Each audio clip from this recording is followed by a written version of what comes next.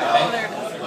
Holder? All right, good. So before I get started, I'd like to lay down a couple ground rules. First, no heckling. Table 7, please. I'm looking at Casio down there. And if you have a cell phone, leave it on because I'm not that entertaining. In all seriousness, though, Dr. Grumbine, thank you for your speech. And thank you all for coming out to this, amazing island for this memorable day. Before I get started embarrassing Ted, I would like actually to propose a toast to those that made this day even possible. Dr. and Mrs. Grumbine, Mr. and Mrs. Aarons. I know Ted and Fee are so proud to have you as parents, and we would be here today for all you guys. So, cheers. Secondly, to the bridesmaids, you all look gorgeous, and you have done a fabulous job helping Fee get prepared today. Fee looks stunning. I wish I could say the same for Ted, but I suppose getting him to the church on time and wearing something other than his orange bathing suit will have to do for now. But in all seriousness, I'm humbled and honored to be up here tonight celebrating with you two. Being a best man for, a best friend is one thing, but being a best man on behalf of seeing two friends get married is special, and I'm grateful. I met Ted the fall of freshman year on the 3rd floor of the Great Court dorms. He was blacked out and wearing a Giants jersey.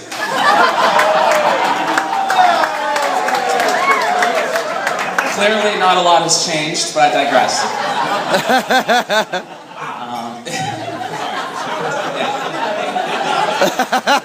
Over the course of freshman year, though, I really got to know Ted. We played on the club hockey team together. We pledged a fraternity together.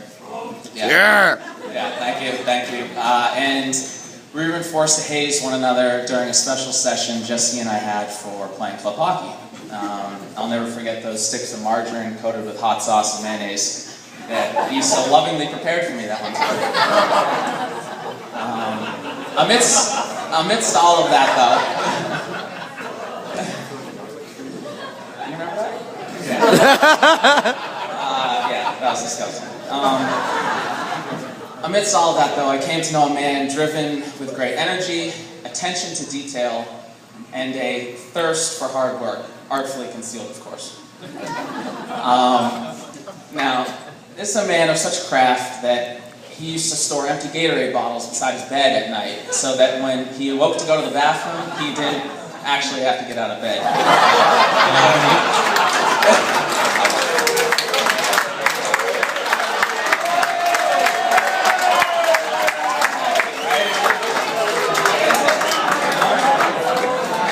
Now, we all know Ted is a man of many great qualities.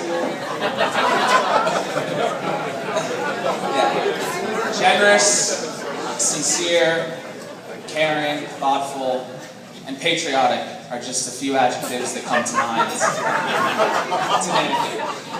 Now, this one story embodies all three. Or four, I don't know. I've had a couple, too many of those, probably. But in all seriousness, so one day a few of us are walking through the student commons at Richmond and during a blood drive, and we look over and there Ted is, looking back at us. Now, Ted didn't have a needle in just one arm. No, folks, he had a needle in both arms. So, there are two logical explanations for this. A, he had a big night planned and he needed to get sauced faster. Or B, he needed an excuse to miss God knows what math or science test he had that day. The jury's still out. Now, we all know Ted as quite the academic. In fact, academics were such a strong suit that he opted for the often talked about, rarely seen 4.5-year plan at school. Ace, I'm sure you'll see that tuition money back someday. In all seriousness, though, if it wasn't for this extra semester that Ted took, I would never have gotten a chance to know he and Fee as well as I did. Living with Ted for those 6 weeks was a special time.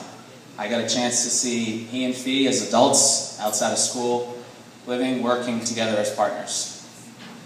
It was during the 6 weeks of Ted and I playing video games and trying not to blow up the kitchen learning how to cook that I knew this was right. Ted had found his kindred spirit.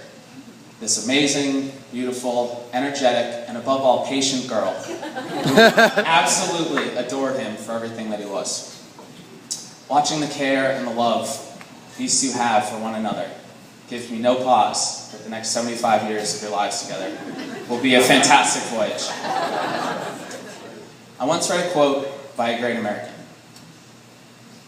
There's no greater happiness for a man than returning home at the end of a day. Excuse me, let me reread that. One second. Yeah. There's no greater happiness for a man than approaching a door at the end of the day, knowing someone on the other side of that door is waiting for the sound of his footsteps. That was Ronald Reagan to his son the night before his son's wedding in 1971. Ted, Fee, if I may offer what little advice I can, be that person on the other side of the door for one another. Be patient with one another. And above all, make time for one another when you don't think there is any time.